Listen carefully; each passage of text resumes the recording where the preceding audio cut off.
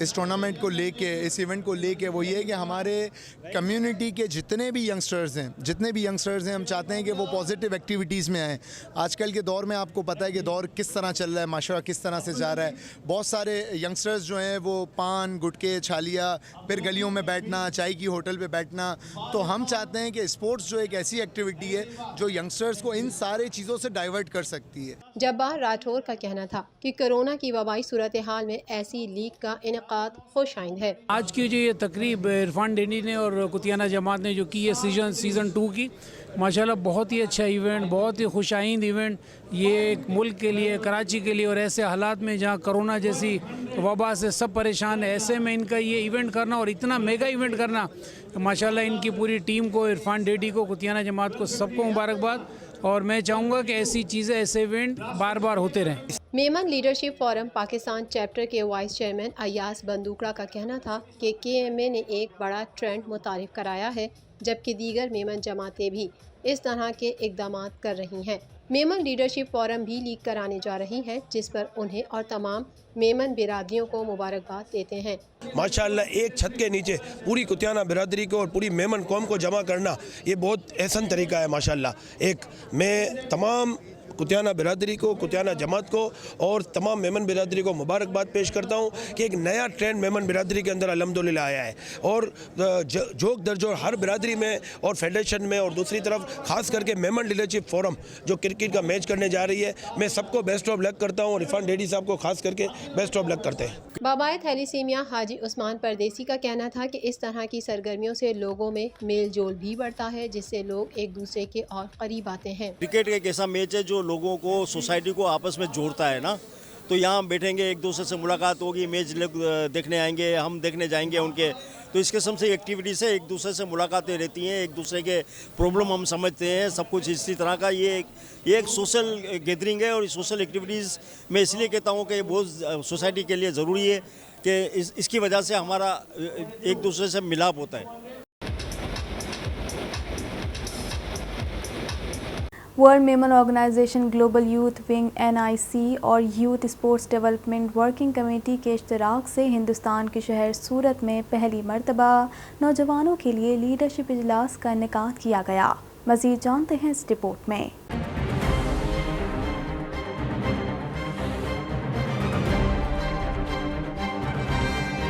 World Memon organization global youth wing NIC اور youth sports development working committee کے اشتراک سے ہندوستان کے شہر سورت میں پہلی مرتبہ نوجوانوں کے لیے لیڈرشپ اجلاس کا انعقاد کیا گیا. اجلاس میں میمن برادری سے تعلق رکھنے والے نوجوانوں نے بڑی تعداد میں شرکت کی.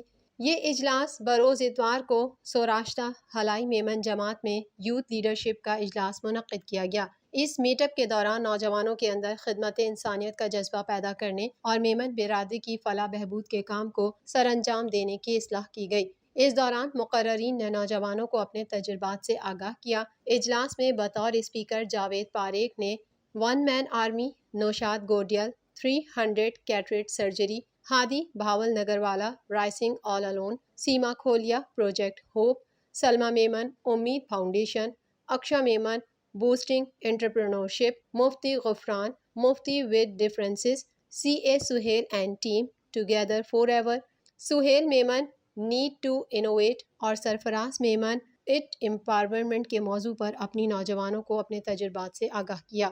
ایڈوانی فاؤنڈیشن اور سیونگ ہوم کے تعاون سے ایک روزہ فری میڈیکل کیمپ کا انعقاد کیا گیا، جہاں غریب و متوسط طبقے کے لوگوں کا فری چیک اپ کیا گیا اور مفت ادویات فراہم کی گئیں. مزید جانتے ہیں اس رپورٹ میں.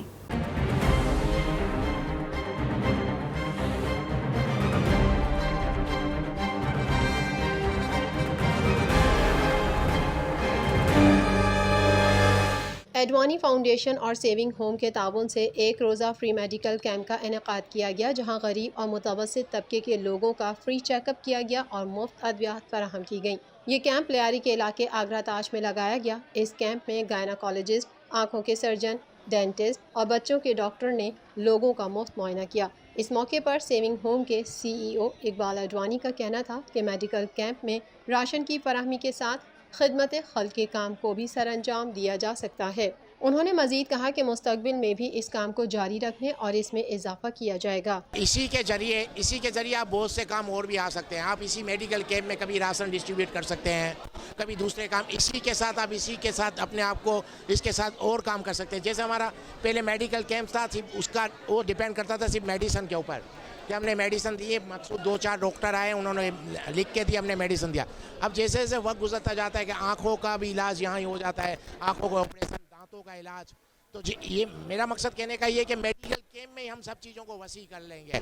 یعنی جن علاقوں میں میڈیکل کیمپ لگا رہے ہیں, اگر وہاں پتہ چلا کہ پانی کی تکلیف ہے اور اگر ہم اس کو وہاں کنویں کھدوا سکتے ہیں, اگر ایسا بن سکتا ہے تو ہم وہ کام بھی اس کے ساتھ ہی لے کر چلیں گے. تو آئی تھنک یہ ایک ہی چیز کے ساتھ, اسی میڈیکل کیمپ کے ساتھ کافی کام اور جڑتے جائیں گے. جیسے میں نے کہا راشن ڈسٹریبیوٹ بھی کر سکتے ہیں.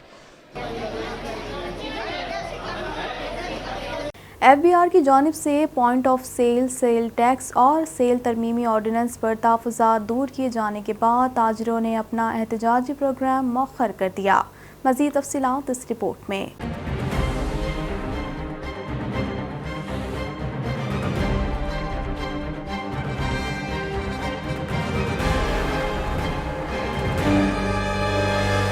اسلام آباد میں تاجر نمائندوں اور ایف بی آر حکام کے درمیان مذاکرات کامیاب ہو گئے. ایف بی آر کی جانب سے point of sale, sale tax اور ٹیکس ترمیمی آرڈیننس پر تحفظات دور کیے جانے کے بعد تاجروں نے اپنا احتجاجی پروگرام مؤخر کر دیا. وی او ایف بی آر میں مذاکرات کے بعد ممبر ایف بی آر قیصر اقبال نے تاجر رہنماؤں کاشف چودھری اور دیگر کے ہمراہ پریس کانفرنس کرتے ہوئے کہا کہ سیلز ٹیکس سے متعلق نئے ترمیمی بل پر تمام تر وضاحتوں کے باوجود ابہام اور غلط فہمیاں پھیلائی جا رہی تھیں. چھوٹے تاجروں کے بجائے ٹیکس نیٹ میں رجسٹریشن نہ کرانے والوں پر بل کا اطلاق ہوگا. سیلز ٹیکس چھوٹے تاجروں کا مسئلہ ہی نہیں ہے.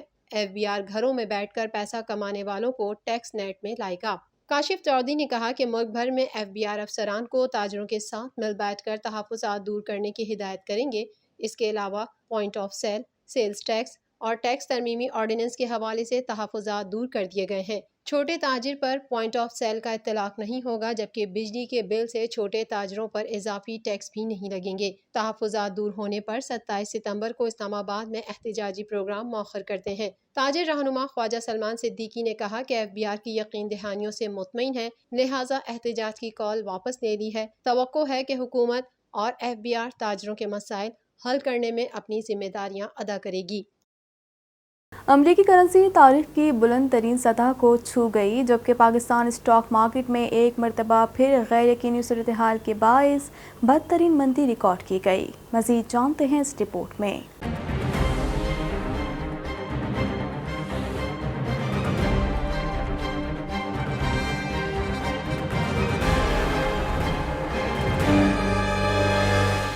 ملک بھر میں روپے کے مقابلے میں ڈالر کی اونچی اڑان کا سلسلہ جاری ہے. امریکی کرنسی تاریخ کی بلند ترین سطح کو چھو گئی, جبکہ پاکستان اسٹاک مارکیٹ میں ایک مرتبہ پھر غیر یقینی صورتحال کے باعث بدترین مندی ریکارڈ کی گئی. اسٹیٹ بینک آف پاکستان کی سماجی رابطے کی ویب سائٹ ٹویٹر پر جاری کردہ اعداد و شمار کے مطابق رواں ہفتے کے پہلے کاروباری روز کے دوران انٹر بینک میں روپے کے مقابلے میں امریکی ڈالر کی قیمت میں 52 پیسے کی بڑھوتری دیکھی گئی, جس کے باعث امریکی کرنسی کی قیمت 169 روپے 8 پیسے سے بڑھ کر 169 روپے 60 پیسے ہو گئی ہے. گزشتہ 5 ماہ کے دوران امریکی ڈالر کی قیمت میں 11% اپنی قدر کھو بیٹھا ہے. 5 ماہ کے دوران ڈالر 17 روپے 32 پیسے مہنگا ہو گیا.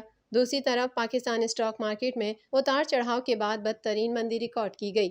100 انڈیکس 255.76 پوائنٹس کی گراوٹ دیکھی گئی اور 44,817.76 پوائنٹس کی سطح پر پہنچ کر بند ہوا. پورے کاروباری روز کے دوران کاروبار میں 0.57% کی تنزلی دیکھی گئی. کاروبار کے دوران 16,22,08,480 شیئرز کا لین دین ہوا. مندی کے باعث سرمایہ کاروں کو ایک مرتبہ پھر 40 ارب روپے سے زائد کا نقصان برداشت کرنا پڑا.